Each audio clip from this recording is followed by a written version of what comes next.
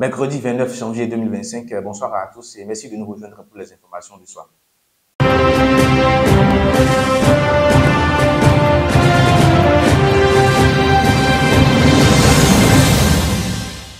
On ouvre cette tranche d'informations par le domaine de la santé. En effet, dans le cadre de la mise en œuvre d'une initiative conjointe visant à renforcer la sécurité des patients au Bénin, l'autorité de régulation du secteur de la santé a annoncé l'ouverture d'un atelier de formation des formateurs nationaux spécialisés.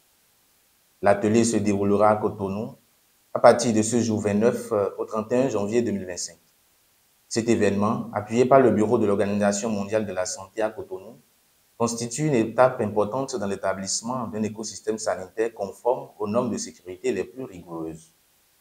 Lors d'une conférence de presse tenue le mardi 28 janvier 2025, le président de l'ARS, Dr Lucien Dossou-Bété, a souligné l'importance de cette formation qui vise à doter les professionnels de la santé de compétences pratiques en matière de sécurité des patients.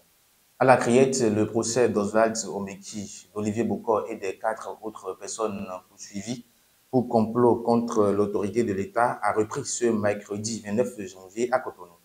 Au thème des débats, l'État béninois demande la condamnation de Bokor, Omeki et compagnie, le paiement de la somme de 77 milliards de francs CFA de dommages et intérêts et la saisie des biens connus ou non de Bokor, Omeki et Nieri.